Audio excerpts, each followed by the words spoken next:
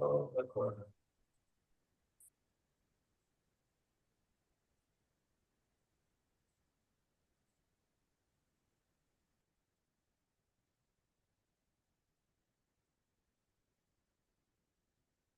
জি, আসসালামু আলাইকুম রহমতুল্লাহ। হ্যালো। জি স্যার, শুনতে পাচ্ছি, বলেন।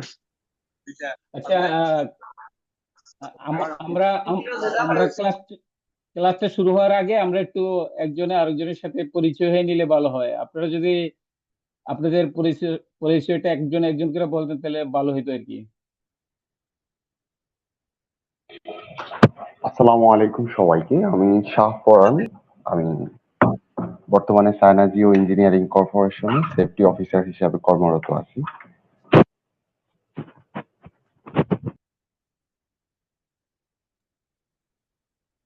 আসসালামু আলাইকুম। আমার নাম ফজলে রাব্বি। আমি আপাতত কোনো জবে নাই, বাসায় আছি। ধন্যবাদ। আসসালামু আলাইকুম, আমি সাজ্জাদ হোসেন, বর্তমানে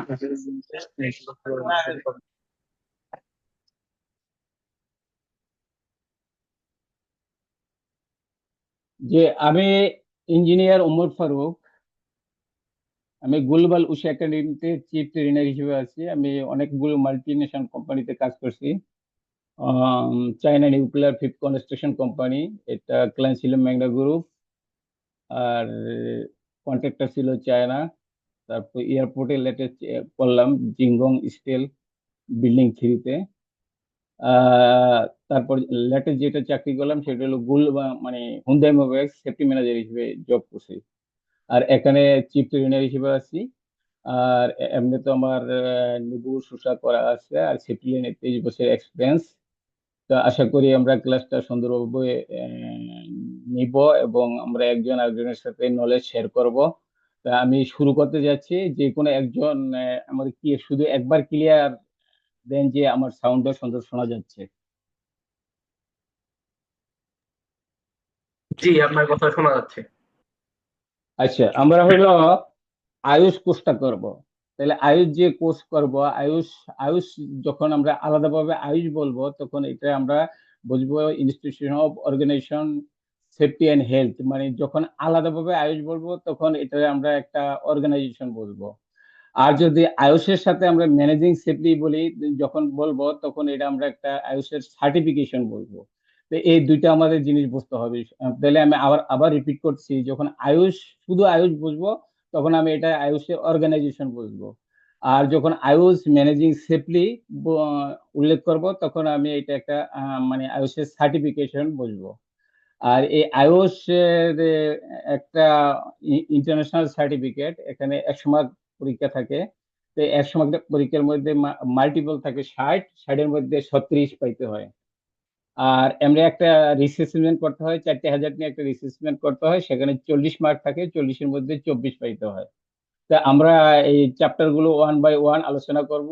আগে আইওএস এর যে মানে ফুল যে মডিউল গুলো আছে, মডিউল গুলো আমরা আলোচনা করব, পরে ওয়ান বাই ওয়ান আলোচনা করবো আর কি। তা আইওএস এর যে মডিউল মডিউল 7টা মডিউল। একটা module 1 introducing managing safely, module 2 assessing risk, module 3 controlling risk, Module 4, understanding your responsibility. Module 5, identifying hazard. Module 6, investigation, accident and incident. আর Module 7 হলো মেজারিং পারফরমেন্স। এখন আমরা এটা ওয়ান বাই ওয়ান আলোচনা করব। Module 1 জিনিসটা কি? মডিউল 1 এর জিনিস, এখানে যদি আমরা মেইন ফোকাসটা জানতে চাই, এখানে 3টা জিনিস আছে। এখানে মোরাল রিজন আছে, এখানে ফিনান্সিয়াল রিজন আছে, এখানে লিগেল রিজন আছে। তাহলে আমরা আমরা যদি সংক্ষেপে বলি মোরাল রিজনটা কি? মোরাল রিজনটা হলো এটা যে ওয়ার্কার যে ওয়ার্ক প্লেসে যাবে, মালিক পক্ষ যে ওয়ার্কারের যে ফ্যাসিলিটি গুলো আছে, যেমন ড্রিঙ্কিং ওয়াটার, রেস্ট সেন্টার, মাস পুরাইলে বেতন দিবে, এটা হলো মোরাল রিজন। আর ওয়ার্কারের মোরাল রিজনটা কি হবে? ওয়ার্কারের মোরাল রিজন হবে যেহেতু মালিক পক্ষ তারে মানে এত ফ্যাসিলিটি দিছে, সে যে মানে মালিক পক্ষের যে প্রোটেকশন আছে, মালিক পক্ষের যে অ্যাক্টিভিটিস আছে, এটা যে সে সুন্দরভাবে করবে, এটা হলো মোরাল রিজন। আর ফিনান্সিয়াল রেজাল্টটা কি? ফিনান্সিয়াল রেজাল্ট হলো যে আমরা কাজ করতে গেলে যে অ্যাক্সিডেন্ট ইনসিডেন্ট হইতে পারে। তো অ্যাক্সিডেন্ট ইনসিডেন্ট হইলে ওখানে এরকম ডাইরেক্ট কস্ট আছে, ইনডাইরেক্ট কস্ট আছে। যে কস্টটা আমার জন্য মানে কোম্পানির জন্য ঠিক না, যদি আমি সেফলি কাজ করি ওই অ্যাক্সিডেন্টও হবে না, আর এরকম ডাইরেক্ট কস্ট ইনডাইরেক্ট কস্টও হবে না। তো আমরা এটা আরো বিস্তারিত আলোচনা করব। আর লিগেল রিজন যেটা, এটা হলো যে মানে এই সেফটি সাইটে এরকম ইন্টারন্যাশনাল লেবার অর্গানাইজেশন আছে, আমাদের দেশের ল আছে। তো এই ল যে আছে এগুলো মেনে আমাদের কাজ করতে হবে। আমরা যদি এটা মেনে কাজ না করি তাহলে অ্যাক্সিডেন্ট ইনসিডেন্ট হলে কি হবে? আমার লাইসেন্স ক্যান্সেল করে দিতে পারে, কোম্পানি ক্যান্সেল করে দিতে পারে। তো এই যে লাইসেন্স কোম্পানি ক্যান্সেল করে দিলে তাহলে কত বড় ক্ষতি হবে? কোম্পানির যে ইনভেস্ট করছে এটা ক্ষতি হয়ে যাবে, এখানে যে কতগুলো ওয়ার্কার কাজ করতেছে এগুলো তাদের কাজকর্ম বন্ধ হয়ে যাবে। তো এই জন্য এই জিনিসগুলো আমরা ওয়ার্ক প্লেসে কাজ করলে অবশ্যই আমরা কি মোরাল রিজন যেটা এটা মেনে চলবো, ফিনান্সিয়াল রিজন যেটা এটা মেনে চলবো, লিগেল রিজন যেটা এটা মেনে চলবো। এখানে আর একটা জিনিস আছে যে মডিউল ওয়ানে মানে ম্যানেজার যে আছে, ম্যানেজারের শুধু দায়িত্ব না, অ্যাকাউন্টেবিলিটি আছে। মানে ম্যানেজার তার দায়িত্বটা সবার ভাগ করে দিতে পারে কিন্তু দায়বদ্ধতা ভাগ করে দিতে পারে। এটা হলো মডিউল ওয়ানের মূল যে বিষয়বস্তু এটা। আর মডিউল টু যেটা, সেটা হইলো আমার অ্যাসেসিং রিস্ক। আমার রিস্ক আমার কি ওয়ার্ক প্লেসে আমার কি করতে হবে as a safety officer, as a safety manager, as a safety engineer হিসেবে আমার ওয়ার্ক প্লেসে রিস্কটা চিহ্নিত করতে হবে। এবং হাই রিস্ক থাকলে এটা মিডিয়াম রিস্ক নিতে হবে, মিডিয়াম রিস্ক থাকলে এটা লো রিস্ক নিতে হবে। তো রিস্কটা চিহ্নিত করতে হবে। তো মডিউল টু যে জিনিসটা সেটা হলো যে এখানে আমার রিস্ক কি এই জিনিসটা জানতে হবে। রিস্কের মধ্যে রিস্ক সমান আবার লাইকলিহুড এন্ড কনসিকুয়েন্স, কনসিকুয়েন্সটা কি এটা জানতে হবে। তারপরে লাইকলিহুড কি এটা জানতে হবে। হ্যাজার্ড কি এটা আমার জানতে হবে। আবার হ্যাজার্ড ইভেন্ট কি এটা জানতে হবে। তারপর আর কি জানতে হবে, আমার রিস্ক অ্যাসেসমেন্টটা কি এটা জানতে হবে। রিস্ক অ্যাসেসমেন্টের আবার 5টা স্টেপ আছে। মানে 5টা স্টেপ হলো যে মানে আমার হ্যাজার্ডটা চিহ্নিত করতে হবে, কে ক্ষতি হইলো, কি ক্ষতি হইলো, তো ক্ষতির পরিমাণটা কি, রিস্কের পরিমাণটা কিরম হবে, এটার জন্য কি কন্ট্রোল মেজার নিতে হবে। এবং আমি এটা এই যে যে নিলাম এটার আমার রেকর্ড রাখতে হবে, রিভিউ করতে হবে। এই যে 5টা স্টেটমেন্ট। আর মডিউল থ্রি যেটা সেটা হলো কন্ট্রোলিং রিস্ক। মানে আমি যে চ্যাপ্টার টু এর সাথে চ্যাপ্টার থ্রি সম্পর্ক আছে, আমি যে রিস্কটা চিহ্নিত করলাম এই রিস্কটা এখন আমার কন্ট্রোল করতে হবে। এখন আমার কি করতে হবে? আগে আমি রিস্ক চিনছি, লাইকলিহুড চিনছি, কনসিকুয়েন্স চিনছি, হ্যাজার্ড চিনছি। এখন আমার এই জিনিসগুলো কমাইতে হবে, মানে আমার রিস্কটা কিভাবে কমাইতে পারি এটা আমার জানতে হবে। লাইকলিহুড আলাদাভাবে কিভাবে কমাইতে হয় এটা আমার জানতে হবে, কনসিকুয়েন্সটা আলাদাভাবে কিভাবে কমাইতে হয় এটা আমার জানতে হবে, কনসিকুয়েন্স এবং লাইকলিহুড দোনোটা কিভাবে কমাইতে হয় এটা জানতে হবে। আমার কথা শোনা যায়? জি, শোনা যাচ্ছে। জি স্যার, শুনতে পাচ্ছি। আচ্ছা, তারপরে যেটা আমরা শুনতে গেলাম তাহলে আমরা রিস্ক কমাবো। তো রিস্ক কমানোর ইয়া কি? যে কোনো কিছু একটা কমানোর জন্য একটা মাধ্যম থাকে, হাতিয়ার থাকে। এটা রিস্ক কন্ট্রোল আছে, হাইরার্কি অফ রিস্ক কন্ট্রোল বলে। তা আমরা চ্যাপ্টার থ্রিতে যে আমরা বললাম যে রিস্কটা কমাবো কিসের মাধ্যমে করব, আমি এলিমিনেশনের মাধ্যমে রিস্কটা কমাইতে পারি, আমি সাবস্টিটিউশনের মাধ্যমে রিস্কটা কমাইতে পারি, আমি ইঞ্জিনিয়ারিং কন্ট্রোলের মাধ্যমে রিস্কটা কমাইতে পারি, আমি অ্যাডমিনিস্ট্রেটিভ কন্ট্রোলের মাধ্যমে রিস্কটা কমাইতে পারি, আমি পিপির মাধ্যমে রিস্কটা কমাইতে পারি। এখন এলিমিনেশনটা কি আমি যদি সংক্ষেপে বলি, মনে মনে করি আমি আমার আমি যেখানে থাকি এখান থেকে আমার পাশে ওয়ার্ক প্লেস, আমি তো ওয়ার্ক প্লেসে যাবো। তো ওয়ার্ক প্লেস যে যে আমি যাবো রাস্তার মধ্যে একটা গর্ত আছে, তাহলে এটা একটা হ্যাজার্ড। তাহলে এটা আমার কি করণীয়? আমি যদি মানে এলিমিনেশনের সবচেয়ে বেশি রিস্ক কমায়, বেশি হ্যাজার্ড কমায়, তাই আমি যদি গর্তটা রাস্তার লেভেল করে দেই, তা আমার যাওয়ার সময় যে আমি গর্তে পড়তাম যে আমার বিপদটা ছিল, তাহলে আমার হ্যাজার্ডও কমে গেল, রিস্কও কমে গেল। সাবস্টিটিউশন জিনিসটা কি? সাবস্টিটিউশন জিনিসটা হলো যে আমি মনে করেন এখন মিরপুর থেকে কথা বলতেছি, আমার অফিস হলো কারণ বাজার। তা আমি যে এখান থেকে আমার যাওয়ার দুইটা রাস্তা আছে, আমি ইচ্ছা করলে বাস দিয়েও যাইতে পারি, মেট্রো দিয়েও যাইতে পারি। তা বাস দিয়ে গেলে হ্যাজারটা রিস্কটা বেশি হবে, আর মেট্রো দিয়ে গেলে হ্যাজারটা রিস্কটা কম হবে। তার মানে আমি সাবস্টিটিউশনে রিস্ক কমাইতে পারবো, হ্যাজার্ড কমাইতে পারবো, কিন্তু আমি পুরোপুরি কমাইতে পারবো না। এটা হলো আমার সাবস্টিটিউশন। ইঞ্জিনিয়ারিং কন্ট্রোলটা কি?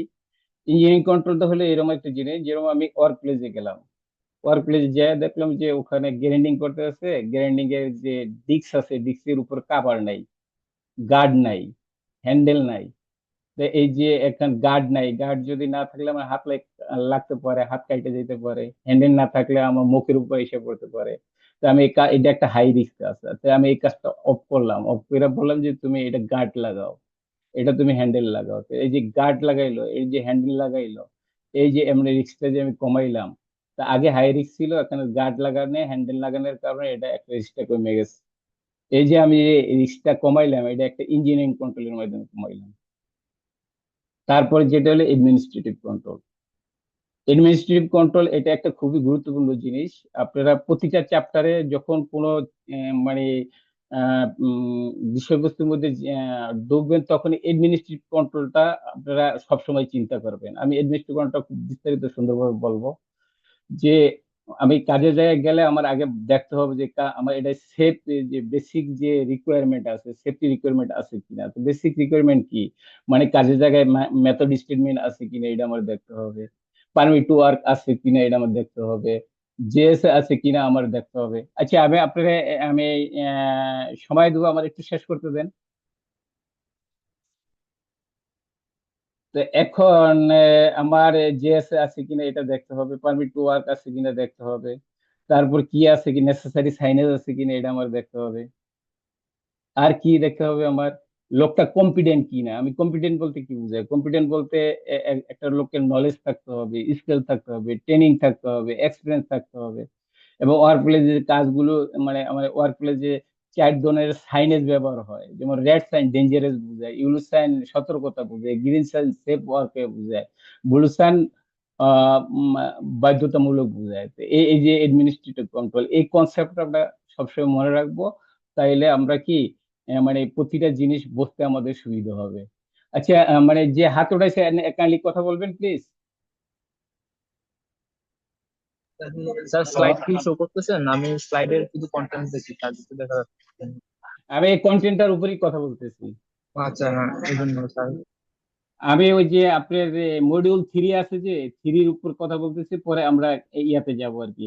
আপনি কি বুঝতে পারছেন? মডিউল 3-র উপরেই জাস্ট আমি একটা, যে মূল স্যার ওইটা, জিনিসগুলো আমাদের বুঝতে হ্যাঁ পারতেছেন? ওইটা আমি বুঝতে পারছি, বাট মানে নেটওয়ার্কের কারণে স্লাইড শো হচ্ছে না।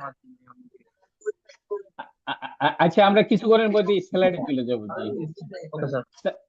তাইলে আমার কি হইলো, আমার ইয়া হয়ে গেল, এডমিনিস্ট্রেটিভ হয়ে গেল। এখন পিপি, পিপি হইলে কি, আমি হেলমেট পরলে আমার কি মাথা রক্ষা করবে। আমার হেলমেট পরার সময় চেন স্টেপ আছে কিনা এটা আমার দেখতে হবে। এরা আমরা এই যে ওয়ার্ক প্লেসে এক্সপিরিয়েন্স আছে, অনেকে হেলমেট পরে চেন স্টেপ পরে না। তো চেন স্টেপ না পরলে এটা মিনিংলেস হয়ে গেল। আমার যদি সাউন্ড থাকে, তাহলে আমার কি ইয়ারমাপ পড়তে হবে, কানকে রক্ষা করবে। আমার ম্যানুয়াল হ্যান্ডলিং করলে হ্যান্ড গ্লোভস পরতে হবে, আমার হাতকে রক্ষা করবে। আমি সেফটি শু পরলে আমার পাকে রক্ষা করবে। আমি এরকম হটওয়ার্কের কাজ করলে, অ্যাপ্রন করলে আমার স্পার্ক থেকে রক্ষা পাবে। এই যে এই জিনিসগুলো, এটা হলো পিপি। তারপর মডিউল 4 হলো যে আন্ডারস্ট্যান্ডিং ইউর রেসপন্সিবিলিটি। এখানে কয়েকটা জিনিস আছে, এখানে কয়েক ধরনের নলেজ আছে। এখানে কমন নলেজ আছে, তারপরে এখানে ইন্ডাস্ট্রি নলেজ আছে, এখানে এক্সপার্ট নলেজ আছে। কমন নলেজ হইলো যে আমি রাস্তা পার হব, রাস্তা পার হইলে আমার মানে রাস্তা পার হওয়ার আগে গাড়িটা ঠিক মতো আমার সামনে এসে পড়তেছে কিনা, আমি গাড়ির নিচে পড়তেছি কিনা এটা আমার দেখতে হবে। বা আমি ফ্লোরে হাঁটতে আছি, এখানে পানি আছে বা তৌল আছে, এটা আমার খেয়াল করে হাঁটতে হবে। এটা হলো কমন নলেজ। ইন্ডাস্ট্রি নলেজ, যেমন আমি একটা কেমিক্যালের কাজ করবো, তো কেমিক্যালের কাজ করলে একটা সেফটি ডাটা শিট থাকে, তো আমি সেফটি ডাটা শিট ফলো করে কাজ করতে হবে। এক্সপার্ট নলেজ, যেমন আমি যদি কেরিনের লিফটিং প্লেনের কাজ করি, আগে আমার কেরিনের যে লোড সাইডের মধ্যে আমার এসডব্লিউ এরটা জানতে হবে। এটা হলো এক্সপার্ট নলেজ। আর এখানে ল আছে, যেমন অনেক সময় ওয়ার্ক প্লেসে কাজ করতে গেলে আনসেফ এক আনসেফ কন্ডিশন করে। তো যে অপরাধ করে, আপনি সবকিছু করলেন, ব্রিফিং দিলেন, সবকিছু করার পরও সে অন্যায় করলো, তো এই অন্যায়কারীকে মানে তারে শাস্তি আনার জন্য একটা ক্রিমিনাল ল আছে। আর একটা হলো যে মালিক পক্ষ আছে, মালিক পক্ষ থাকার কারণে সে সেফটি না মাইনা আপনার বাই ফোর্সে কাজ করাইলো, সেক্ষেত্রে একজনের অ্যাক্সিডেন্ট হইলো, তাহলে সেখানে সিভিল লয়ার আপনি আশ্রয় নিতে পারেন। এরকম সিভিল ল আছে, ক্রিমিনাল ল আছে। এই এই জিনিসগুলো আমরা এখানে জানতে পারবো।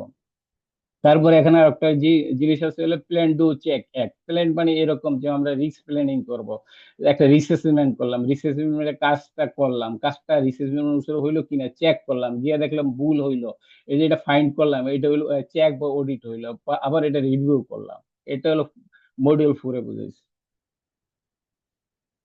আর যেটা হলো মডিউল 5, সেটা হলো আইডেন্টিফাই হ্যাজার্ড। এখানে বিভিন্ন ধরনের হ্যাজার্ড আছে, এখানে মেকানিক্যাল হ্যাজার্ড থাকতে পারে, কেমিক্যাল হ্যাজার্ড থাকতে পারে, ফিজিক্যাল হ্যাজার্ড থাকতে পারে, বায়োলজিক্যাল হ্যাজার্ড থাকতে পারে। এই হ্যাজার্ড গুলো চিহ্নিত করতে হবে, রিস্ক গুলো চিহ্নিত করতে হবে, তারপর আমার কাজ করতে হবে। আর মডিউল 6 যেটা, এটা হলো ইনভেস্টিগেশন অ্যাক্সিডেন্ট এন্ড ইনসিডেন্ট। মানে আমার কোনো এই যে ওয়ার্ক প্লেস যদি অ্যাক্সিডেন্ট ইনসিডেন্ট নেয়ার মিস হয়, যেমন নেয়ার মিস, আপনি ওয়ার্কিং হাইটে কাজ করতেছেন, হেলমেট পরছেন কিন্তু চেন স্টেপ করেন নাই, হেলমেটটা পরে গেল। তো হেলমেটটা পরে গেলে এখানে কি করতে হবে, এটা নেয়ার মিস করতে হবে। তো নেয়ার মিস করার আগে কি করতে হবে, ইনভেস্টিগেশন করতে হবে।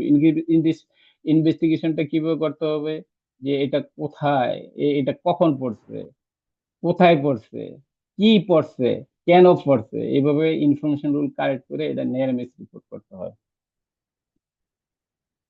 তারপর মডিউল 7 যেটা, এটা হলো মেজারিং পারফরমেন্স। আমরা যে কাজ করব ওয়ার্ক প্লেসের কাজটা কি আসলে, আমি যে রিসেসিস বানাইলাম, আমি যে জেএসএ বানাইলাম, আমি যে পারমিট টু ওয়ার্ক বানাইলাম, এই অনুসারে এই কাজগুলো হচ্ছে কিনা এটা চেক করা। এখানে দুইটা জিনিস আছে, একটা অ্যাক্টিভ মনিটরিং আছে, একটা রিয়েক্টিভ মনিটরিং আছে।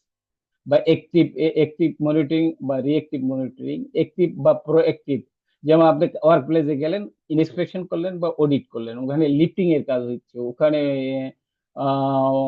হট ওয়ার্কের কাজ হচ্ছে, তা আপনি গেলেন, গিয়ে দেখলেন যে হট ওয়ার্ক কাজ টু দা পয়েন্ট হচ্ছে, লিফটিং এন্ড রিগিং এর কাজ টু দা পয়েন্ট হচ্ছে, তার মানে অ্যাক্টিভ, মানে কোনো সমস্যা নাই।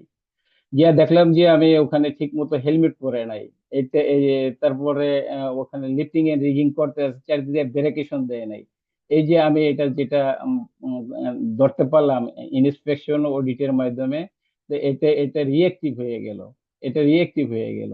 তো এই জন্য এরকম রিয়েক্টিভ আছে। আর এখানে আরো একটা জিনিস আছে, যে এখানে অডিট আছে, একটা আছে এক্সটার্নাল অডিট, আছে একটা ইন্টারনাল অডিট। ইন্টারনাল অডিটটা হলো আমরা নিজেদের কোম্পানির লোক যখন আমরা করবো, এটা ইন্টারনাল অডিট। আর এক্সটার্নাল অডিট হলো বাইরের লোকেরা যেটা আইসা করবে, এটা হলো এক্সটার্নাল অডিট। তাইলে আমরা এই 7টা মডিউলে এই জিনিসগুলো জানতে পারবো। এই যে বেসিক জিনিসগুলো যদি জানতে পারি, আমি ওয়ার্ক প্লেসে, মানে আমি নিজেও সেফ থাকতে পারবো, আমি ওয়ার্ক প্লেসকেও সেভ করতে পারবো, আমি ইকুইপমেন্টকেও সেভ করতে পারবো। তো এই মডিউলগুলো যদি আমরা সুন্দরভাবে মানে বুঝতে পারি, তাহলে এই এই কাজগুলো করতে পারবো আমরা। আজকে তাহলে মডিউল 1-এ যাবো আর কি। মডিউল 1-এ যে জিনিসটা, সেটা হলো এখানে মডিউল 1-এ জিনিসটা বলছে ইন্ট্রোডিউস ম্যানেজিং সেফটি। এখানে কি লার্নিং পয়েন্ট, এটা হলো 1 নম্বরে আছে why is it important to manage safely.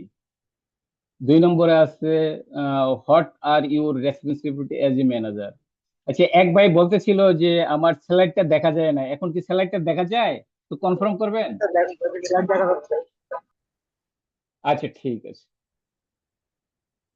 তাহলে এখন কি হইলো, এখন হইলো যে এখানে যেটা বুঝাইছে, আপনি অনেক কিছু সেন্স দিয়ে বুঝতে হবে। এখানে বুঝাচ্ছে যে ওয়ার্ক প্লেসে আমার সেফটি কেন মানতে হবে, ওয়ার্ক প্লেসে আমার সেফটি মানাটা কেন গুরুত্ব, এই জিনিসটা এখানে উল্লেখ করছে। আর ওয়ার্ক প্লেসে আমি যদি কেন বলি, আর এটার অ্যান্সারও যদি বলি, তাহলে আমরা অ্যান্সারটা বলবো যে এটা মোরাল রিজনের কারণে ওয়ার্ক প্লেসে আমরা সেফটি মানি, ফিনান্সিয়াল রিজনের কারণে আমরা ওয়ার্ক প্লেসে সেফটি মানি, লিগেল রিজনের কারণে আমরা ওয়ার্ক প্লেসে সেফটি মানি। তাইলে এখন আমরা এটা একটু ভিতরে যাই, তাইলে আমরা বুঝতে পারবো। এখানে বলছে just for a moment think about a serious accident happening in your organization, what would it mean to you and your organization. বলছে যে আপনি একটা চিন্তা করেন যে একটা অ্যাক্সিডেন্ট হয়ে গেছে আপনার অর্গানাইজেশনে, এখন আপনার এটা কি, এটা দিয়ে আপনি কি বুঝাইতে চাচ্ছেন, যে আপনার এখানে যে অ্যাক্সিডেন্ট হলে আপনি বা আপনার অর্গানাইজেশন কি বুঝাইতে চাচ্ছে। তা আমার বা আপনার এটা কি বুঝাইতে চাচ্ছে, তা আমরা এখানে এটা বুঝাইতে চাচ্ছি যে একটা অ্যাক্সিডেন্ট হইলে তো একটা ওয়ার্কার ইনজুরি হবে। একটা ওয়ার্ক যদি ইনজুরি হয়, এই যে আমরা এখানে যদি পড়ি, think about the injury worker their personal cost, pain, suffering, and the effect on your family. Worker may have long hospital stay and may never work again. এখানে বলছে যে একটা ওয়ার্কার যদি ইনজুরি হয়ে যায়, তাহলে ইনজুরি হয়ে গেলে সে এরকম তার একটা ব্যক্তিগত খরচ হইতে পারে, তার একটা কষ্ট হইতে পারে, সাফারিং হইতে পারে। Not only that but also তার ফ্যামিলি এটার জন্য প্রভাবিত হইতে পারে। শুধু তার যে ফ্যামিলি প্রভাবিত হবে এটা না, সে এরকম হইতে পারে যে লং টাইম হসপিটালে থাকবে। শুধু যে সে লং টাইম হসপিটাল থাকবে এটা না, এরকম হইতে পারে যে তার ডিজেবিলিটি হওয়ার কারণে আর সে কখন কাজ করতে পারবে না। তাইলে আমরা কি চিন্তা করতে হবে যে কার কারণে অ্যাক্সিডেন্ট হয়েছে। তাই আমরা নিচের প্যারাটা যদি পড়ি, it's shown that the accident happen because of failure manage health and safety risk your organization. আমরা এখানে যে ঘটনা থেকে বোঝা গেল যে যে এখানে যে ম্যানেজমেন্ট আছে, ম্যানেজমেন্টের ঠিক মতো যে বেসিক সেফটি দেওয়ার কথা, এই সেফটিটা দিতে পারে নাই। তাই এইটা যদি বোঝে, তাই আমরা অলরেডি আলোচনা করছি যে এটার জন্য রেগুলেশন আছে, এটার জন্য ডিফেন্স, সিভিল ডিফেন্স আছে, এরা এসে এটা ক্যাচ করতে পারবে। তখন যদি বোঝে যে ম্যানেজমেন্ট ঠিকই সেফটি দেয় না, তাই কি করবে, সে ম্যানেজমেন্টের এগেনস্টে কি মামলা করবে, ম্যানেজমেন্টের জরিমানা করবে, ম্যানেজমেন্টের কারাবদ্ধ করার ব্যবস্থা করবে। তো এটার জন্য কে এটা দায়ী হবে? এটার জন্য দায়ী হবে হইলো মালিক পক্ষ। যেহেতু এখানে মালিক পক্ষ দায়ী, তাহলে যে ইনজুরি পার্সন সে এরকম তার যে ক্ষতিপূরণ দাবি করতে পারবে। কেননা তার এই ব্যাপারে তাকে সতর্ক করা হয় না, এই ব্যাপারে তার সঠিক সেফটি দেওয়া হয় নাই। এই জন্য আমাদের ওয়ার্ক প্লেসের সেফটিটা অনেক গুরুত্বপূর্ণ। এই জন্য আমাদের সেফটিটা সবসময় চিন্তা করতে হবে। তারপর যে লাইনটা সেটা হলো, but what about the replacement labour and accident investigation and down time and increase the insurance premium?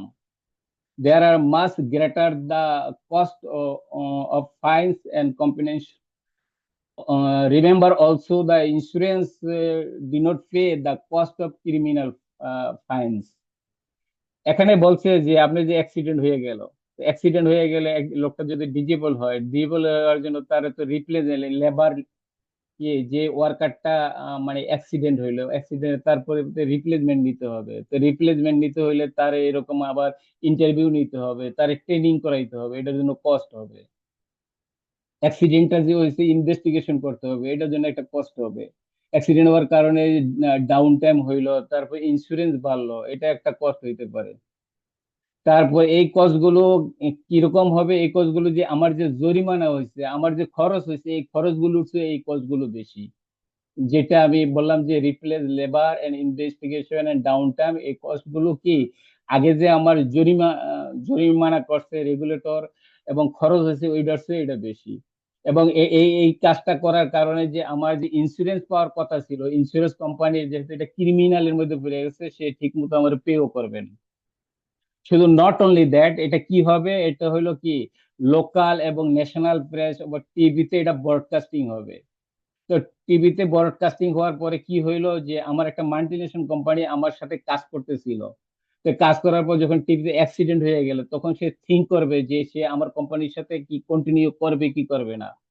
Not only that, যে পটেনশিয়াল কাস্টমার, যে সম্ভাব্য কাস্টমার আছে তারও চিন্তা করবে, ক্লায়েন্ট চিন্তা করবে, কন্ট্রাক্টর চিন্তা করবে, যেটা আমার ক্ষতি হবে এবং আমার রিপুটেশনটাও ক্ষতি হবে। যেহেতু এটা ন্যাশনালি ব্রডকাস্টিং হবে, লাইসেন্স ক্যান্সেল করা হইলে, ব্রডকাস্টিং হইলে, তাহলে যে আমার এত কিছু ক্ষতি হইলো, রিপুটেশনটা নষ্ট হওয়ার কারণে আমার যতগুলো ক্ষতি হয়েছে এর চেয়ে বেশি ক্ষতি হয়ে গেল।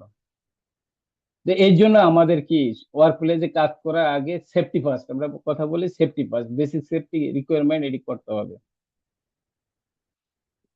এখানে একটা কেস স্টাডি আছে, কেস স্টাডি আমরা মন দিয়ে শোনেন। সেটা হলো যে এখানে যেটা বলছে যে একটা ছোট ইঞ্জিনিয়ারিং কোম্পানিতে একজন ওয়ার্কার কাজ করতেছিল আনগার্ডেড ড্রিলিং মেশিন দিয়া। যে কোম্পানিতে লোক হইলো 15 জন, কিন্তু সে যখন কাজ করতেছিল তার হাতে মানে তার হাতের মধ্যে এই যে রোটেটিং ড্রিল মেশিনটা লাগছে, এত করে কি তার হাড়ের যে দুইটা হাড় ভেঙে গেছে। এবং হাড় ভেঙে যাওয়ার কারণে সে এরকম 12 দিন হসপিটালে ছিল, 12 দিন হসপিটালে থাকছে এবং হসপিটালে থাকার পর আবার 3 মাস কাজ থেকে দূরে ছিল, মানে ছুটিতে ছিল। 3 মাস পরে যখন আসলো সে, তখন তার যে সে আগে যে মেশিনে কাজ করছে, যেই কারণে তার হাড়গুলো ভেঙে গেছে, ওখানে কাজ করতে না দিয়ে তার এডমিনিস্ট্রেটিভ কাজ দিছে। এডমিনিস্ট্রেটিভ কাজ যেখানে সে 5 মাস কাজ করছে, এত করে সে ওখানে 3 মাস থাকলো আর এখানে এডমিনিস্ট্রেটিভ কাজ 5 মাস করলো, তার মানে 8 মাসে সে মেশিনের মধ্যে হাতই দিতে পারে নাই।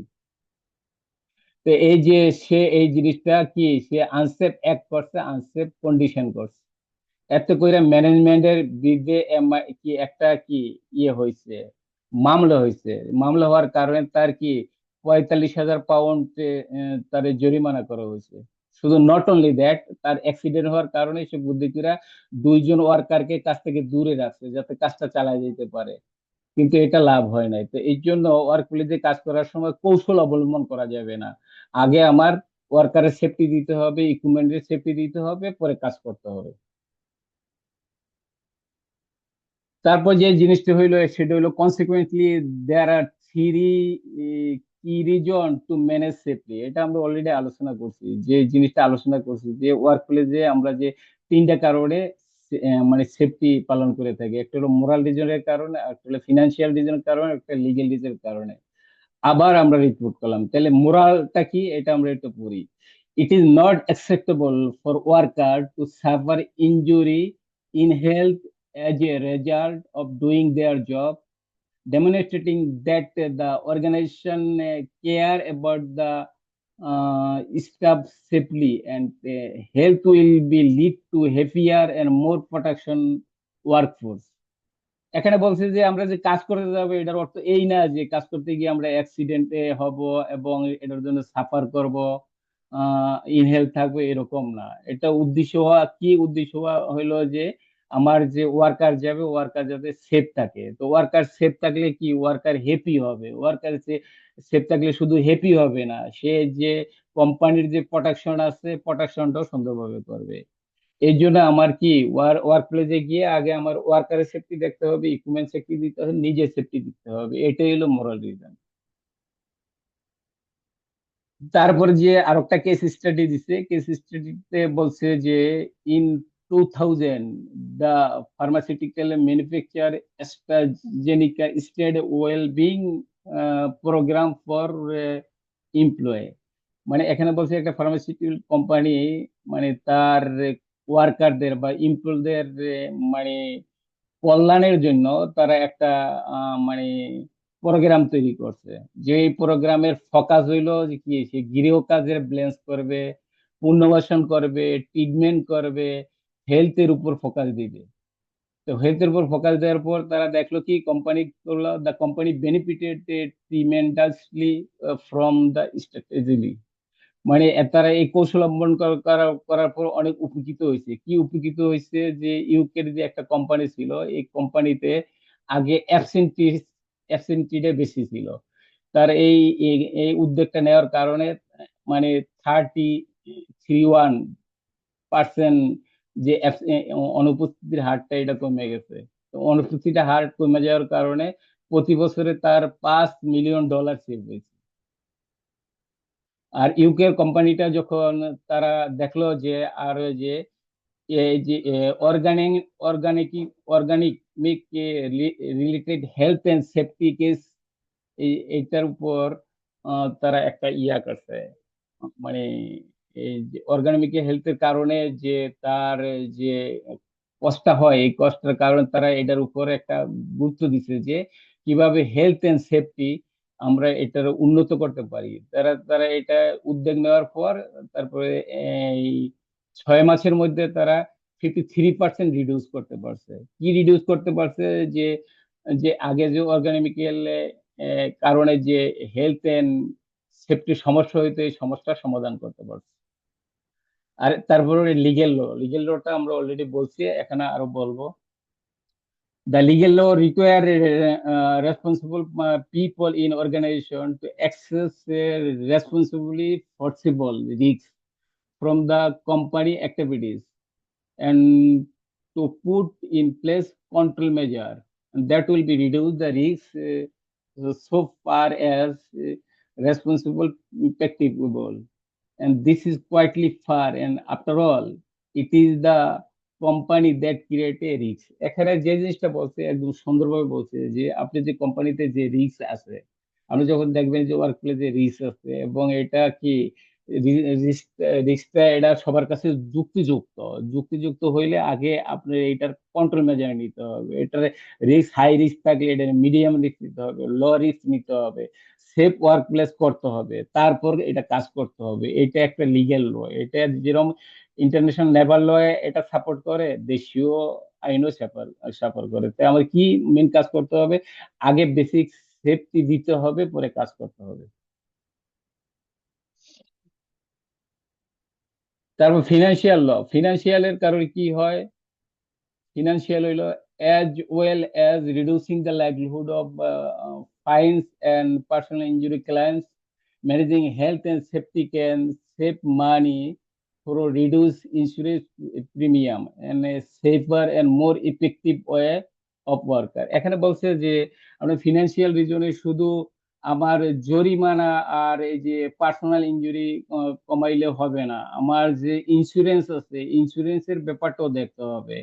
এবং আমি আমি যে একজন সেফটি অফিসার, আমি যে একজন সেফটি ইঞ্জিনিয়ার, আমি যে একজন সেফটি ম্যানেজার হিসেবে আমার দেখতে হবে কিভাবে আমার কোম্পানির নতুন কাজও আমি পাইতে পারি এবং আমার আমার সাথে যে ওয়ার্কার গুলো আছে ওয়ার্কার গুলো ঠিক মতো তার বেতন পায়, সে ঠিক মতো ধরে রাখতে পারি। এবং আমার যদি নতুন ওয়ার্কার লাগে এটা আমি কিভাবে নিতে পারি, এটা as a safety officer, as a safety engineer, safety manager হিসেবে যে এই জিনিসটা চিন্তা করতে হবে। এটা হলো ফিনান্সিয়াল, এখানে এটা বুঝেছি।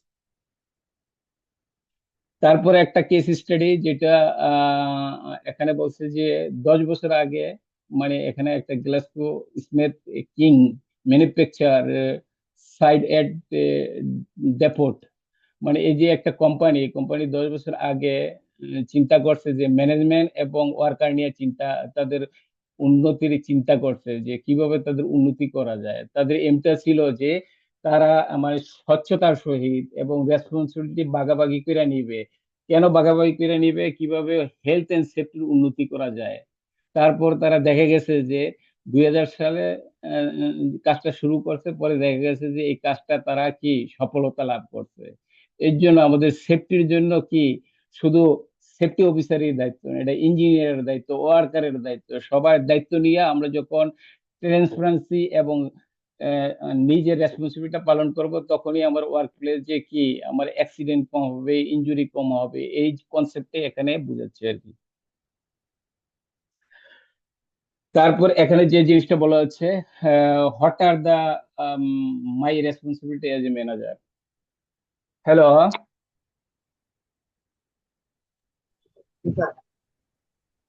হ্যাঁ সাজ্জাদ হোসেন ভাই বলবেন একজন ম্যানেজার হিসেবে কি কি তার রেসপন্সিবিলিটি, তার তো রেসপন্সিবিলিটি আছে সাথে আবার অ্যাকাউন্টেবিলিটি আছে, এটা বলতে আপনি কি বোঝেন, এটা কি একটু বলার চেষ্টা করবেন বা কেউ বলতে পারবেন?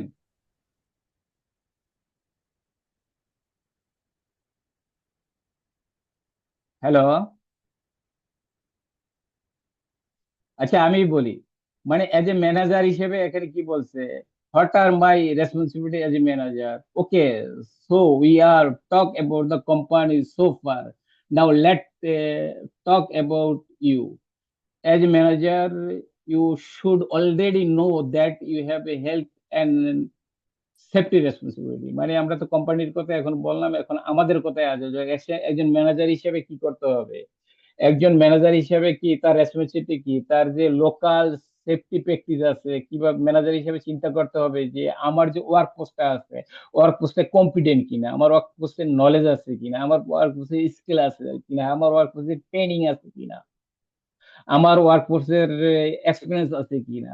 Not only that but also আমি যে ওয়ার্ক প্লেসে কাজ করবো আমার এখানে পারমিট টু ওয়ার্ক ঠিক মতো আছে কিনা, আমার রিসেসমেন্ট আছে কিনা, আমার এখানে মেথড স্টেটমেন্ট ঠিক আছে কিনা।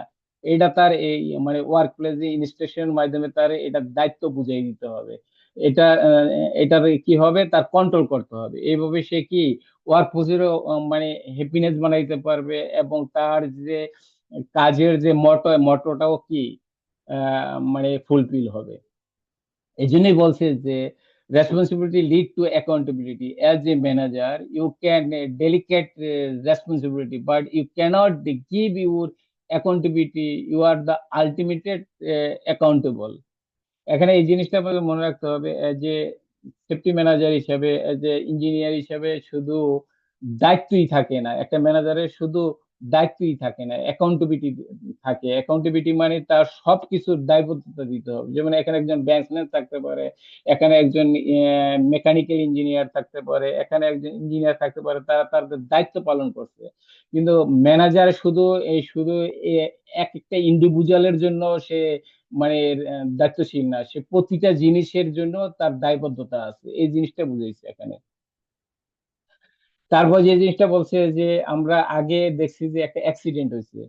তো একটা অ্যাক্সিডেন্ট হইলে কি হয়েছে, অ্যাক্সিডেন্ট হইলে এটা আমার এই যে ম্যানেজার হিসেবে কি করতে হবে, তো আমার এটা ম্যানেজার হিসেবে আমার এই রিস্কটারে কি করতে হবে, এই রিস্কটারে আমার মূল্যায়ন করতে হবে, তারপর কন্ট্রোল মেজার নিতে হবে যাতে নেক্সট টাইম আর এরকম অ্যাক্সিডেন্ট না হয়।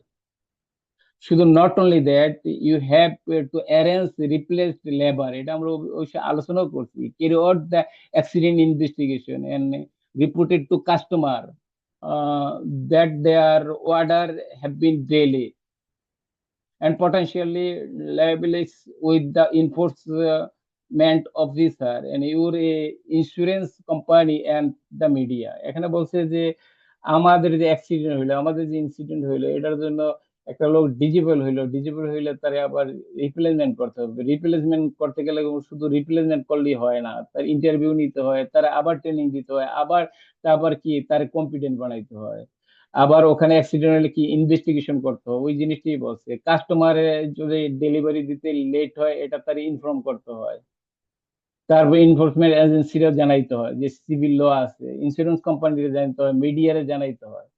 শুধু এই জিনিসটা জানাইলে হয় না, তার সে যেহেতু অ্যাক্সিডেন্ট হয়েছে তার ফ্যামিলিরও জানাইতে হবে। যে সে এরকম মেডিকেলে আছে, এখন এই অবস্থায় আছে, এই জিনিসগুলো তার জানাইতে হবে। তারপর আরেকটা কেস স্টাডি আছে। কেস স্টাডি হইলো যে আপনাদের এইভাবে বললে মনে থাকবে না, আমি বলি যে একটা ফকলিফট আছে। আসলে একটা ফকলিফটে কাজ করতে হলে একটা ব্যাটসম্যান থাকতে হয়, আগে একটা ব্যাটসম্যান থাকতে হয়, পিছিয়ে একটা ব্যাটসম্যান থাকতে হয়, চারদিক দিয়ে ব্যারিকেশন দিতে হয়, খেয়াল করতে হয়। কিন্তু এখানে একটা ফকলিফট যে অপারেটর ছিল, সে তার এরকম সেফটি সম্বন্ধে জ্ঞান ছিল না। জ্ঞান না থাকার কারণে সে কাজ করতে গিয়ে একজনের অ্যাক্সিডেন্ট করে দিচ্ছে। মানে যে সেফটির এনভায়রনমেন্ট থাকার কথা, ব্যায়াম থাকার, চারদিক দিয়ে ব্যারিকেশন থাকার কথা ছিল, থাকা তো রাখি নাই। সে না দেখে যখন ব্যাটসম্যান থাকলে মানে ফকলিফট অপারেটরের ডাইনে যেতে বামে যেতে এরকম ফ্ল্যাগ থাকে, ফ্ল্যাগের মাধ্যমে কন্ট্রোল করে নেই। তারপর একটা অ্যাক্সিডেন্ট করে দিচ্ছে। তো অ্যাক্সিডেন্ট করার কারণে কি হয়েছে, কোম্পানি এবং ডাইরেক্টরের এগেনস্টে ক্রাউন কোর্টে মামলা হয়েছে।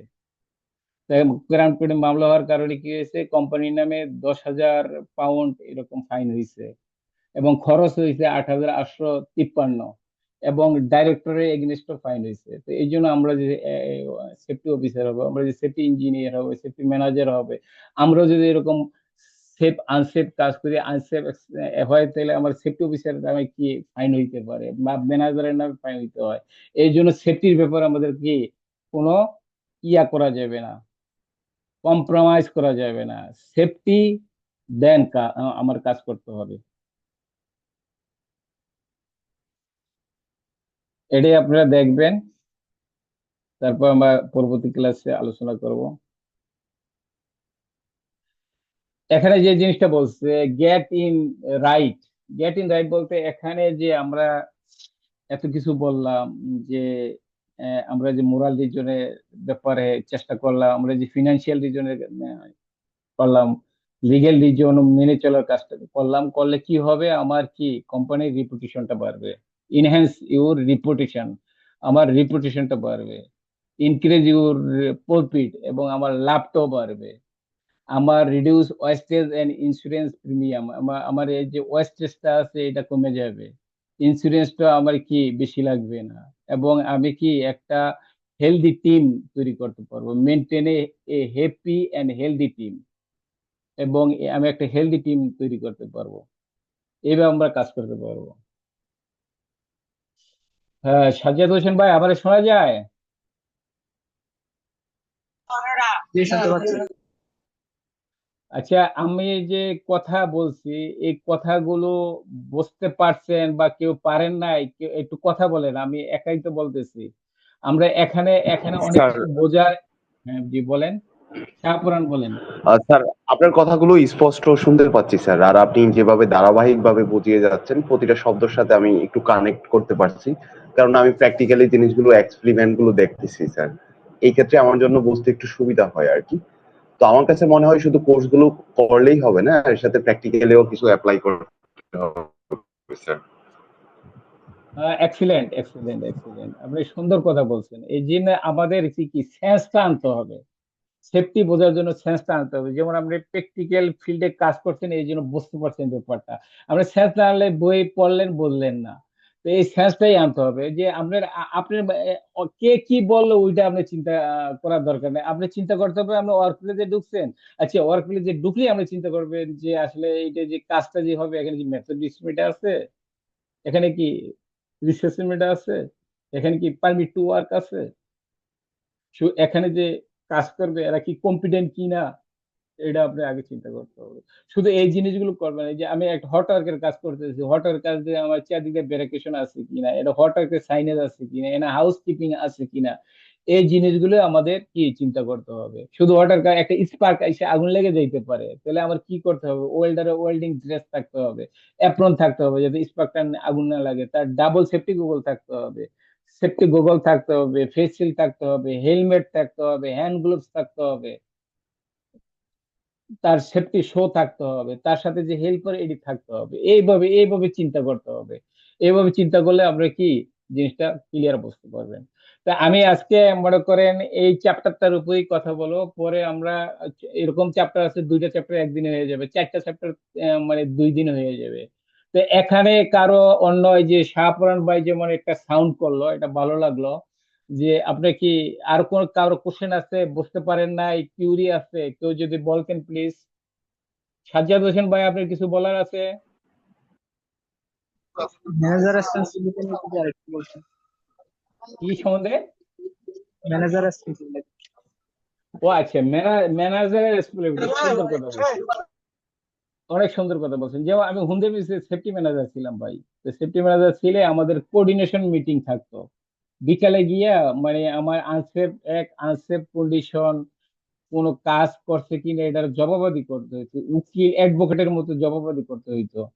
তো অনেক জিনিস হইতো যে আমি জানতামই না, মানে আমি কাছেও ছিলাম না, তারপরও কি এটার জন্য আমারই জবাবদি করতে হইতো। আমার বলতে যে এই ম্যানেজার, সেফটি ম্যানেজার, তারা ঠিক মতো তাদের এই সেফটি সম্বন্ধে টিচিং দিতে পারে নাই। এই সেফটি ম্যানেজার মানে ঠিক মতো তাদের স্কেল করতে পারে নাই। তো এই যে আমার কোনো, আমার দায়িত্ব ছিল যেটা আমি করলাম করছি, তারপরে যে আমার আমার ওয়ার্ক ফোর্স আমার আমার কাজ করছে, কিন্তু এটা যে মানে ওয়ার্কারে করছে দোষ, আপনার মানে জবাবদিহিতা দিতে হয় আপনার। তো এই জন্য ম্যানেজারের শুধু রেসপন্সিবিলিটি না, ম্যানেজারের অ্যাকাউন্টেবিলিটি আছে। আর এজ এ ম্যানেজার হিসেবে আমরা চিন্তা করতে হবে সেফটি, যে আপনার চিন্তা করতে হবে যে আমার ওয়ার্ক প্লেস আগে সেফ আছে কিনা। তা আমরা ওয়ার্ক প্লেসের বেসিক রিকোয়ারমেন্ট বলতে কি বুঝেন? বেসিক রিকোয়ারমেন্ট একটা, এগুলো বেসিক রিকোয়ারমেন্ট হতে হবে। ওয়ার্ক প্লেসের বেসিক রিকোয়ারমেন্ট বলতে আমরা কি বুঝি? ম্যানেজারের দায়িত্ব হলো যে সে কম্পিটেন্ট কিনা। কম্পিটেন্ট শব্দটা আপনারা সবসময় ব্যবহার করবেন। কম্পিটেন্ট শব্দটার মধ্যে 4টা জিনিস আছে। এটার মধ্যে নলেজ আছে, এটার মধ্যে অ্যাবিলিটি বা স্কিল আছে, এটা ট্রেনিং আছে, এক্সপিরিয়েন্স আছে। এই কথাটা একেবারে ইয়া করে দিবেন যে মানে এই কথাটা করলে আপনি 10 জায়গায় গিয়ে কাজে লাগবে, তাইলে ওয়ার্ক ফোর্স কম্পিটেন্ট হইলো। তো আমার ওয়ার্ক ফোর্স কে কম্পিটেন্ট হইলে তো হবে না। কি হইতে হবে? আমার ডকুমেন্ট গুলো ঠিক থাকতে হবে, মেথড স্টেটমেন্ট ঠিক থাকতে হবে, আমার রিসেসমেন্ট ঠিক থাকতে হবে, আমার পারমিট ঠিক থাকতে হবে। আমার শুধু পারমিট ঠিক থাকলে হবে না, আমার কিছু সাইনেজ আছে, মানে আপনি ওয়ার্ক প্লেসে যখন যাবেন 4 ধরনের সাইনেজ দেখবেন। কিছু সাইন আছে যে রেড সাইন, যেটা ডেঞ্জারাস বোঝায়, ইয়েলো সাইন যেটা সতর্কতা বোঝায়, তারপরে গ্রিন সাইন যেটাতে আপনি অ্যাক্সেস হয়ে যাবেন, আসবেন, বাইরে হবেন, ব্লু সাইন যেমন বাধ্যতামূলক, মানে ওয়ার্ক প্লেসে ঢুকলি হেলমেট পরা বাধ্যতামূলক, চেন স্টেপ পড়তে হবে, তারপর সেফটি শু থাকতে হবে। এই যে এই জিনিসগুলো বেসিক রিকোয়ারমেন্ট, শুধু এটা থাকলে হবে না। আমার ওয়ার্ক প্লেসে লাইটিং এর ব্যবস্থাটা সুন্দর আছে কিনা, ওয়ার্ক প্লেসে ভেন্টিলেশন সিস্টেমটা ঠিক মতো আছে কিনা, আপনার যে ইকুইপমেন্ট আছে ইকুইপমেন্টের গার্ডেড আছে কিনা। আমরা কিছুক্ষণ আগে বললাম একটা কেস স্টাডি দেখছি, গার্ডেড না থাকার কারণে অ্যাক্সিডেন্ট হয়ে গেছে। এই যে এইটা হলো ম্যানেজারের দায়িত্ব। সাজাদ হোসেন ভাই, বুঝতে পেরেছেন? জি, বুঝতে পারছি। আর কেউ যদি প্রশ্ন করতেন খুব ভালো হইতো। প্রশ্ন করলে আমরা অনেক কিছু জানতে পারবো। মানে আমরা সেফটি হইলো কি জানেন, সেফটির দায়িত্বটা কি, আমরা নিজে বোঝা, অন্যকে বোঝানো।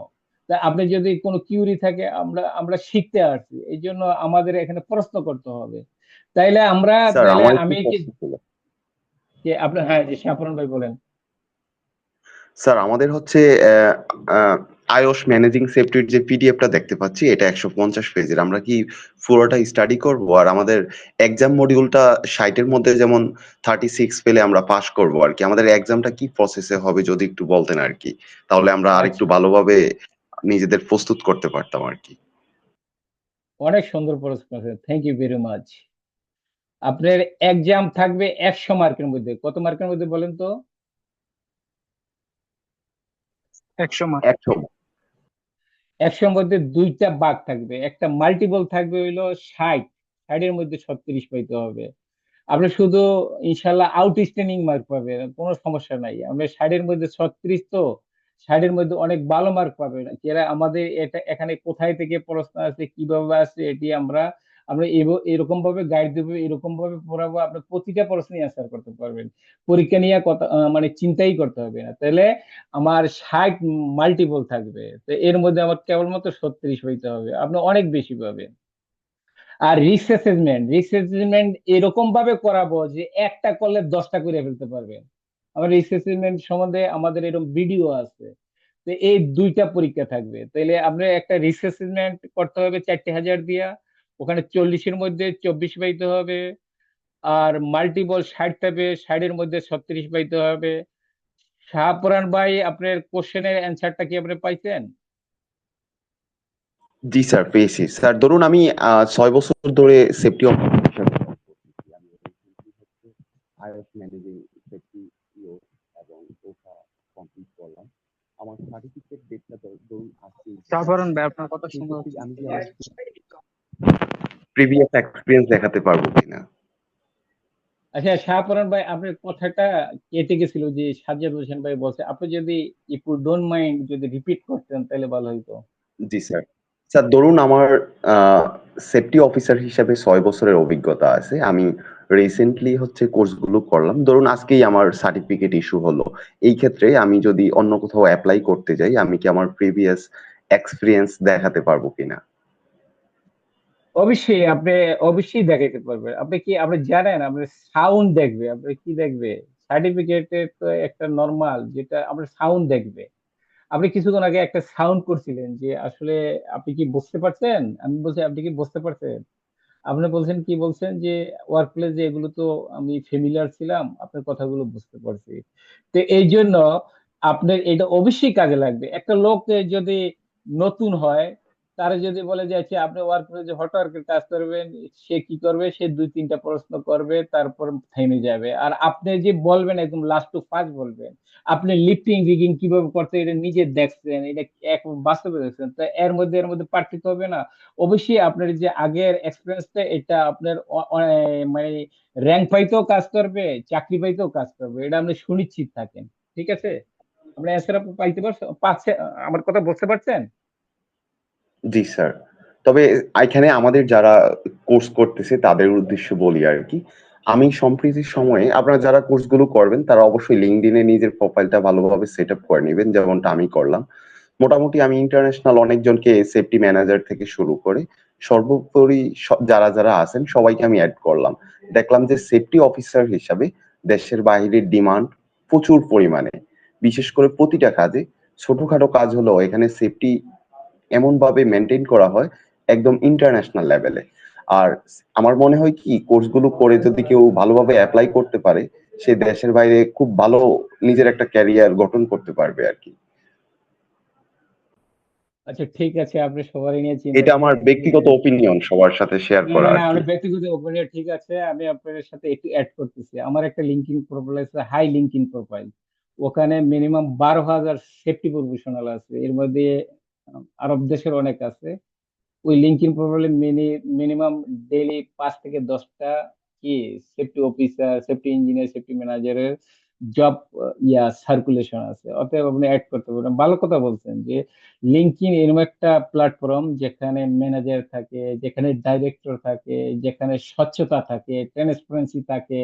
এই যে আমাদের জব ক্ষেত্রে অনেক সময় মানুষের বিদেশ যাওয়ার কারণে অনেক হয়, অর্থাৎ মানে সে এরকম ধোঁকা খায়। তো এই ধোঁকা খাওয়াটা থেকে বাঁচার জন্য আপনি একটা লিঙ্কইন প্রোফাইল করলে এরকম হইতে পারে, আল্লাহ রিজিক দিলে আমরা লিঙ্কইনের মাধ্যমে ডাইরেক্টলি জব হয়ে যেতে পারে। ভালো কথা বলছেন, সুন্দর কথা বলছেন। তা আপনি এই সবাই নিয়ে চিন্তা করার জন্য মেনি থ্যাঙ্কস। আচ্ছা, আমরা আজকে নতুন একজন আরেকজনের সাথে তো আজকে আমি এখানে শেষ করব, আরো কিছু কথা বলবো। আর কারো কিছু সাজ্জাদ হোসেন ভাই, আপনার আর কিছু বলার আছে? না, আমার তেমন কিছু বলা নাই, তবে স্যার আপনার লিঙ্কটা আমাদের হ্যাঁ, সব হোয়াটসঅ্যাপে দিব দিয়ে সব দিন। দিব। আপনি শুধু লিঙ্কইন পাবেন না, অনেক কিছু পাবেন, ভিডিও পাবেন, আমি ক্লাস দিচ্ছি ভিডিও পাবেন, আরো অনেক কিছুই পাবেন ইনশাআল্লাহ। আপনার ভালো এনভায়রনমেন্ট, গ্লোবাল উশে একাডেমি হইলে একটা ইন্টারন্যাশনাল প্ল্যাটফর্ম। আমরা শুধু কোর্সই করাই না, বিভিন্ন পরামর্শ দিব, যে পরামর্শটা আপনার অনেক উপকারে আসবে। আচ্ছা, এখানে সাজ্জাদ হোসেন ভাই আর হইলো মানে শাহপরান ভাই ছাড়া আরো একজন ছিল, উনি কি আছে বা কিছু বলবেন আপনি? জি, আমি বলতে চাচ্ছি কিন্তু আসলে ফ্লোর পাচ্ছিলাম না। আমার একটা আচ্ছা জি, কথা হচ্ছে, সেটা হচ্ছে জি জি বলেন বলেন, খুইলা একটা বলেন। জিনিস একটা জিনিস আমার একটু গ্যাপ মনে হচ্ছে। হচ্ছে আমরা যে জি। একটা কেস স্টাডি করলাম, ওই যে ফরক্লিফট কেস, ওই জায়গায় আপনি কয়েকবার বাঙ্কম্যান বা হচ্ছে যে আমাদের সিগন্যাল ম্যান, আমি সেটাই বলি, যার কথা বলছেন কয়েকবার। আসলে আমার কথাটা হচ্ছে কি যে কেউ যদি এই ব্যাপারটা সম্পর্কে না জানে যে একটা ফরক্লিফটের সাথে একটা সিগন্যাল ম্যান বা বাঙ্কম্যান থাকা লাগে, তাহলে এই জিনিসটা আগে ভালো করে বলে দেওয়া যে সিগন্যাল ম্যান বা একটা বাঙ্কম্যান থাকতে হয় তখন। কেউ যদি এটা জানে না, সে ফোনে বারবার যাতে করতে যে বাঙ্কম্যান বাঙ্কম্যান, সে হয়তো বুঝতে পারবে না যে কি বলবে। যেরকম এখানে শাহপরান ভাই আছে, উনি বললো যে আমি কথাটা একটু ভালোভাবে রিলেট করতে পারছি না। কারণ হচ্ছে উনি যেহেতু বিদেশ সম্পর্কে একটা জানে, এজন্য সে ওটা শুনে বুঝছে যে উনি যে কথা বলছেন। কিন্তু যে ওই শব্দটার সাথে পরিচিত না, সে কিন্তু আসলে শুনবে কিন্তু বুঝবে না যে কিসের কথা বলছেন। এটা আর কি আমার মনে অনেক সুন্দর, থ্যাংক ইউ ভেরি মাচ। আসলে তার মানে আমি ক্লাসটা অনেক সুন্দরভাবে মনোযোগ সহকারে দেখছেন, মানে ডেডিকেট ভাবে একটা জিনিস বলছে। আচ্ছা হ্যালো, ভাইয়ের কথাগুলো কেটে গেছে কিন্তু আমি বুঝতে পারছি ব্যাপারটা। মানে হইলো একটা ফকলিফট, একটা ইকুইপমেন্ট আমার যদি কাজ করতে হয়, ইকুইপমেন্টের একটা রিস্ক অ্যাসেসমেন্ট থাকে। এটা ফকলিফট হইতে পারে, এটা ম্যান লিফট হইতে পারে, এটা সিজার লিফট হইতে পারে, এটা কেরিন হইতে পারে। তো ওই কেরিনের যে আমার যে এটার একটা জেএসএ থাকে, তো ওই জেএস এর মধ্যে আগে হইলো আপনার ফকলিফের কাজ হইলো পরে, আগে হইলো আপনার জেএসএ ব্রিফিং, পরে হইলো কাজ। তো যখন আপনি জেএসএ আগে তো কাজটা তো হইলো পরে, তা আগে তো আপনি জেএসএ ব্রিফিং এ বলা আছে যে ফকলিফ অপারেটর কে। আচ্ছা, ফকলিফটা আমি, তো ফকলিফট ব্যাংকসম্যান কি, ব্যাংকসম্যানের দায়িত্ব কি, এগুলো ডেডিকেট ভাবে আগে কি কম্পিটেন্ট করা হয় তারে। যে আমাদের এয়ারপোর্ট প্রজেক্টে যে কাজ করছি, ওখানে একটা ফকলিফট এক জায়গা থেকে আরেক জায়গায় গেলে পিছে একজনের থাকতো, সামনে একজনের থাকতো। এরকম ফ্ল্যাগ, দুইটা ফ্ল্যাগ থাকতো। একটা ফ্ল্যাগ দিয়া মনে করুন অফ করানো, ফকলিফটটা অফ করানো, আর একটা ফ্ল্যাগ দিয়ে ফকলিফটটা আবার চালু করানো, এরকম। তারপরে মনে করেন আগে পিছে কিছু আছে কিনা, এটা যে কোনো কারোর সাথে হিট হয়ে অ্যাক্সিডেন্ট হইতে পারে। এখানে এই জিনিসটাই বলা হয়েছে আপনাদের, মানে আমাদের জিনিসটা কেস স্টাডিটা আমি আমার নিজের মতো করে বসে যদি বুঝতে পারেন, তার মানে আপনাদের এখান থেকে যেটা জানার হলো যে একটা ইকুইপমেন্ট এক জায়গা থেকে অন্য জায়গায় যাইতে হইলে অপারেটরের শুধু নিয়ে যাইতে পারবে না, এই অপারেটরটার সাথে কি ব্যাটসম্যান থাকতে হবে। অথবা ইকুইপমেন্টটা আপনি ফকলিফটে যে কাজ করতেছেন, মাল এক জায়গা থেকে অন্য জায়গায় নিতেছেন, চারদিকে ব্রেকেশন দিতে হবে, নেসেসারি সাইডে থাকতে হবে, ব্যাটসম্যান থাকতে হবে। তো এই জন্য আমি যদি সহজভাবে আপনার বলি অল্পতে, একটা ফকলিফট এক জায়গা থেকে আরেক জায়গায় যাইতে হইলে ব্যাংক ব্যাংকম্যান থাকতে হবে। ব্যাংকম্যানের কাজ হইলো ফকলিফটারে গাইড করে নিয়ে যাওয়া, মানে ফকলিফটারে গাইড করে নিয়ে যাওয়া। এই ব্যাপারে আপনার কোনো প্রশ্ন থাকলে বলেন ভাই। না না, অবশ্যই আমি তো বুঝতে পারছি আমার মানে কথাটা না ওটাই আপনি ছিল। আপনি যে বুঝতে পারছেন আমরা হইলো বুঝতে পারি আপনার এক কথা দিয়ে বুঝতে পারি। শাহপুরান ভাই যেমন বলছে যে আমি বুঝতে পারছি, আর আপনার এক কথাই বোঝা গেছে যে আপনি যে এতগুলো প্রশ্ন করছি কিন্তু একটা কেস স্টুডেন্টের মধ্যে আপনি একটা জিনিস কোশ্চেন করছেন। এটা কোশ্চেন করতে পারা মানে আপনি যে আজকে আলোচনাটা করছি আলোচনাটা পুরোটাই বুঝতে পারছেন। আর আমাদের আলোচনার মেইন ফোকাস গুলি আসতে আছে, যেটি হলো রিস্ক হ্যাজার্ড কিভাবে কমাইতে হয়। ওটি আমরা আরো সুন্দর এরকম সুন্দরভাবে মানে আলোচনা করার চেষ্টা করব যে আপনারা একটা রিসেসমেন্ট দেখাই দিলে 10টা রিসেসমেন্ট করে ফেলতে পারেন। ওই যে ভাইয়া বলছিল পরীক্ষার ব্যাপারটা, পরীক্ষার ব্যাপারে নিয়ে আমরা কোনো চিন্তাই করবেন না। আমি 2-3টা ক্লাস করার পরই যেমন রিস্ক হ্যাজার্ডটা ক্লিয়ার করার পরে এরকম ভাবে দিয়ে দিব যে আপনি নিজে নিজে সবকিছু করে ফেলতে পারবেন, আপনি নিজে নিজে আনন্দিত হবেন যে পরীক্ষাটা এত সুন্দর। আর আরেকটা আপনাদের জন্য গুড নিউজ আছে। গুড নিউজ হলো যে আয়ুষের সাথে গেলে নিবসের অনেকটা মিল আছে। যেমন আপনি যদি এই রিসেসমেন্টটা করে ফেলতে পারেন, বুঝে ফেলতে পারেন, মানে আপনি নিবসে করলাম 100 মার্ক ইয়াতে থাকে, রিসেসমেন্টে থাকে। আপনি যদি রিসেসমেন্টটা সত্যিকার অর্থে বুঝে ফেলতে পারেন তাহলে সে কনসেপ্ট করলাম সেম। তো সো এই জিনিসগুলো বোঝার আছে। ঠিক আছে, আজকে আমি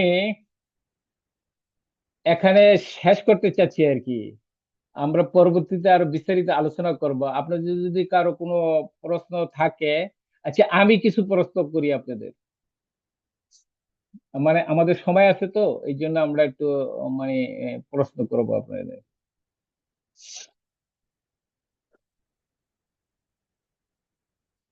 আচ্ছা, কি বলে যে ভাই, ভাইয়ের নাম যে ওকে, আপনার আসল নাম কি ভাই? আমার নাম হচ্ছে ফজলে রাব্বি। আসলে আমি কখনো এই জুম ইউজ করি নাই।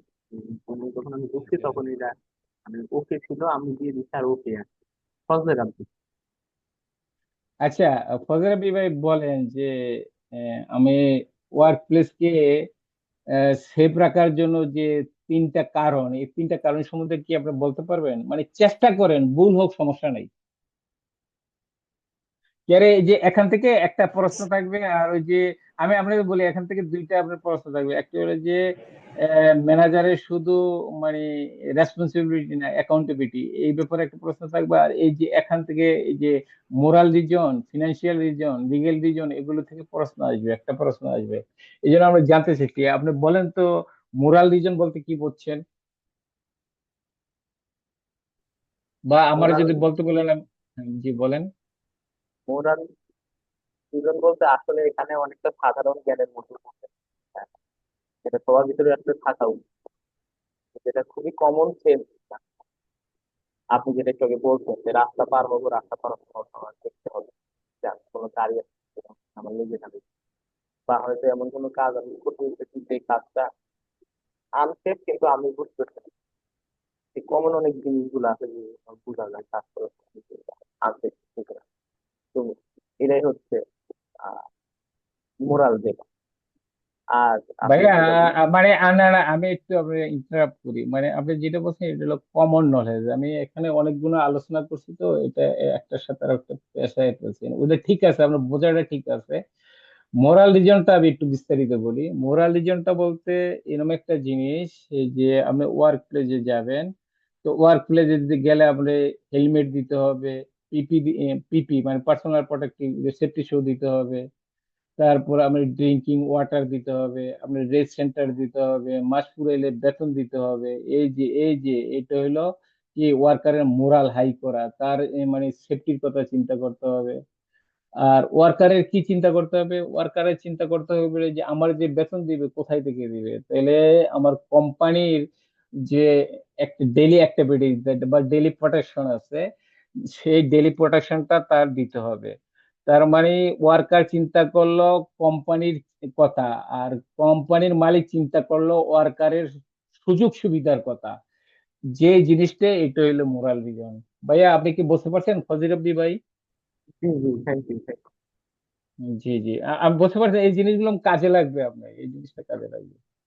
শাহপরান ভাই, জি স্যার। লিগেল রিজনটা আপনি একটু বলেন তো। স্যার আপনি একটু বলে দেন আসলে আমার ওই যে নেটওয়ার্ক বারবার করাপশন হচ্ছিল আর কি, এই জন্য আমি স্যার বারবার কানেক্টেড হওয়ার ট্রাই করলাম আর কি। আচ্ছা, এখন আপনি শুনতে পাচ্ছেন? জি স্যার, এখন শুনতে পাচ্ছি। আচ্ছা, ফজির রাব্বি ভাই শুনতে পাচ্ছেন? জি, শুনতে পাচ্ছি। আচ্ছা, আমি বলি শুনেন, এই জিনিসগুলো কাজে লাগবে, আপনি নিজের ভাষায় বোঝেন। লিগ্যাল রিজন হইলো যে আমার ইন্টারন্যাশনাল লেবার ল আছে, এটা একটা ইন্টারন্যাশনাল ল আছে, আমার দেশের ল আছে। তো ল আছে যে আমি যে অনেক সময় অনেক লোক না বুঝে, সেফটি না বুঝে এমনি সেফটি ছাড়া কাজ করে। তাই কাজ করাইলে কি হয়? অ্যাক্সিডেন্ট হয়। অ্যাক্সিডেন্ট হলে এই যে এই ইয়াটা দেখছেন, এই যে ইয়াটা, যে ব্রডকাস্টিং হচ্ছে যে টিভিতে, এই যে ক্যান্সেল করে দিছে লাইসেন্স, দেখছেন? এটা দেখছেন? জি যে আমি দেখছি। আপনার দেখেন, আমি এক মিনিট ক্লিয়ার করে দিই।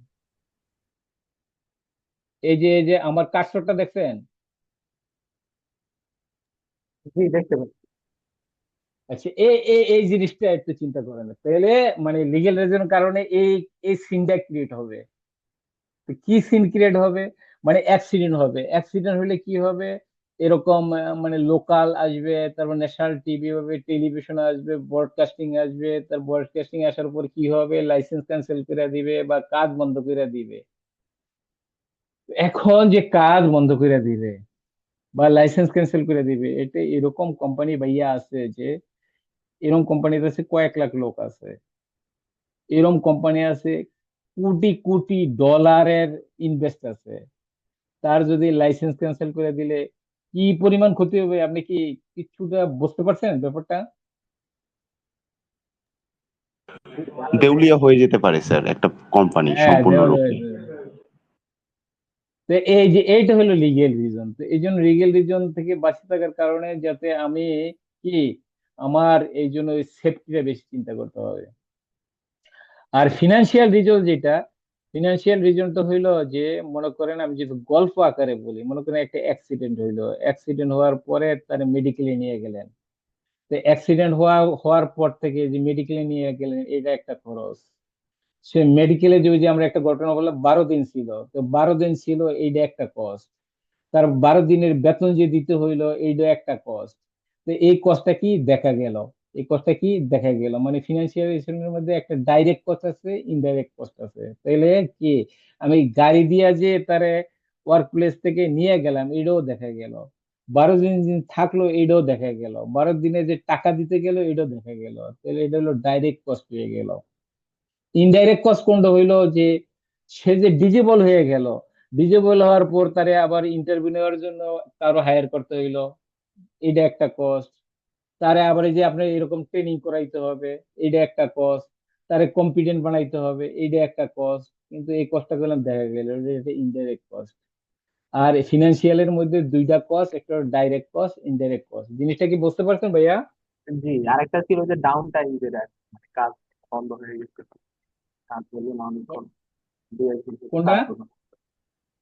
ওই যে ডাউন টাইম মানে কাজ বন্ধ হয়ে থাকলো ইনসিডেন্টের জন্য বা অ্যাক্সিডেন্টের জন্য, হয়তো দু একদিন কাজ বন্ধ। হ্যাঁ হ্যাঁ, এখানে তো অনেক আসবে ভাইয়া, এখানে আমরা মোরাল, মোরাল রিজন। আর এই যে আপনি, আরো একটা গুড নিউজ বলি আপনাদের, এই যে মোরাল রিজন, তারপর ফিনান্সিয়াল রিজন, আর এই যে লিগেল রিজন, এটা একদম ডাইরেক্ট একটা চ্যাপ্টারই আছে নির্ভরশে।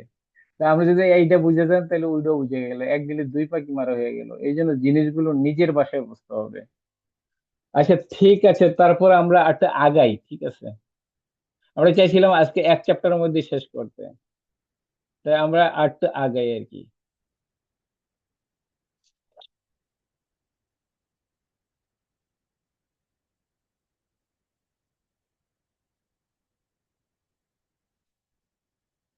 এটা হলো কি, রিক্স, মানে হোয়াট ইজ এ রিক্স। আচ্ছা, রিক্স মডিউল টু, অ্যাসেসিং রিক্স। আমরা রিস্কটারে মূল্যায়ন করতে হবে, রিস্কটারে নির্ণয় করতে হবে, রিস্কটারে চিহ্নিত করতে হবে, তারপর রিস্কটারে কমাইতে হবে। আচ্ছা, রিস্ক বলতে কি বোঝেন আপনি? এটা একদম সাধারণ, সেফটি দরকার নাই। সেফটি ছাড়া বলেন, শাহপুরান ভাই বলেন, ফজর রাব্বি ভাই বলেন, আর একজন সাজ্জাদ হোসেন ভাই বলেন, মন খুইলা বলেন। শুনেন, আপনারা যদি আমার সাথে যে কয়েকদিন আছেন, মন খুইলা কথা বললে আমরা একজন কম্পিটেন্ট সেফটি অফিসার হিসেবে যাবেন, যেখানে যাবে ওখানে দিলে টোক্কা দিলে সাথে ইয়া হবে, সাউন্ড হবে পেলাম। আপনি যখন ইন্টারভিউ দিতে পারবেন, যখন সাউন্ড আসবে, 10টা প্রশ্ন করার কথা থাকলে একটা প্রশ্ন করে শেষ করে দিতে পারে। তো রিস্ক বলতে কি বোঝেন বলেন তো, কেউ বলতে পারবেন? না, সহজ কথায় যেটা থেকে আমার কোনো ক্ষতি হইতে পারে। সুন্দর, কে বলছেন এটা? জি, ফজলের আপনি বলছেন। হ্যাঁ, বলতে পারে, অনেক সুন্দর, মানে এরকম মুখ খুলতে হবে। সেফটি অফিসার, সেফটি ইঞ্জিনিয়ার কাজ করলে মুখ খুলতে হবে, বুঝতে হবে, বুঝাইতে হবে। এটা হইলো আপনার মেইন কাজ। শাহপরান ভাই বলবেন কিছু?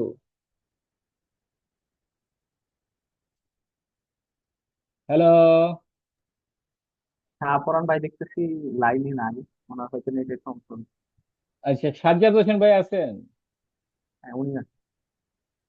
জি স্যার। আচ্ছা আচ্ছা, মানে সাজ্জাদ ভাই আপনি মনে হয় একটু মানে নতুন কি, বা ওয়ার্ক প্লেসে কাজ করেন এরকম কিছু? না, আমি ইলেকট্রিক্যাল সেক্টরে আছি। জি।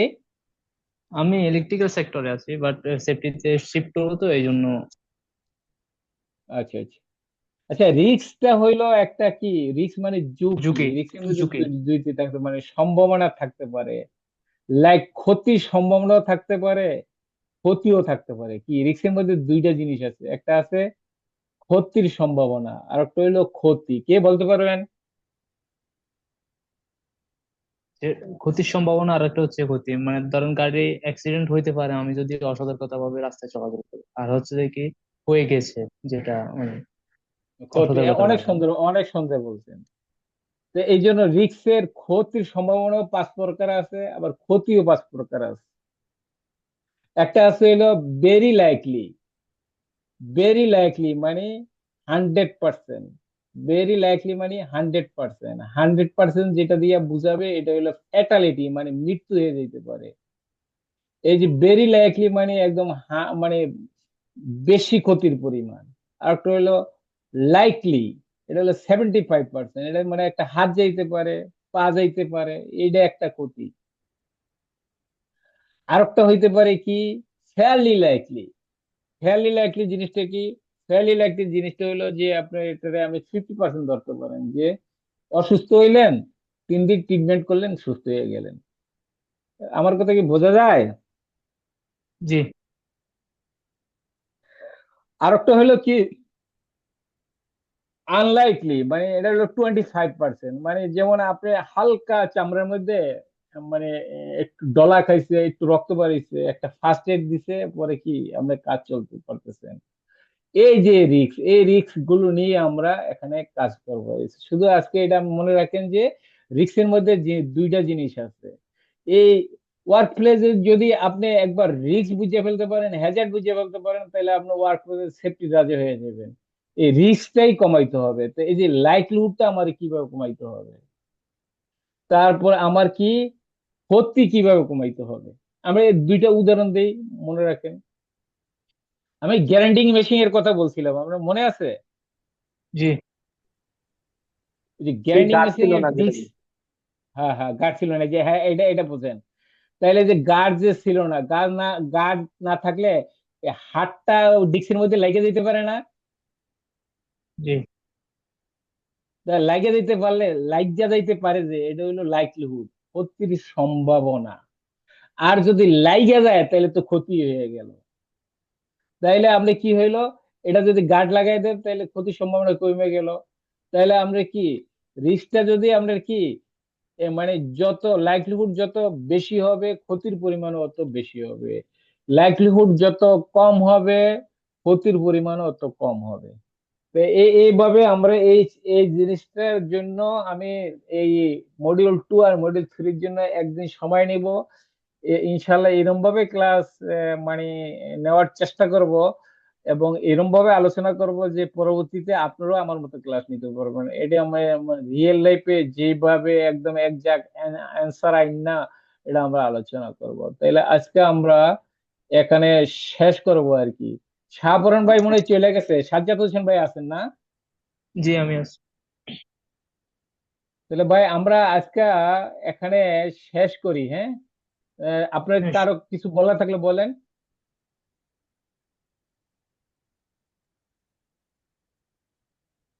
না, ধন্যবাদ। আর তেমন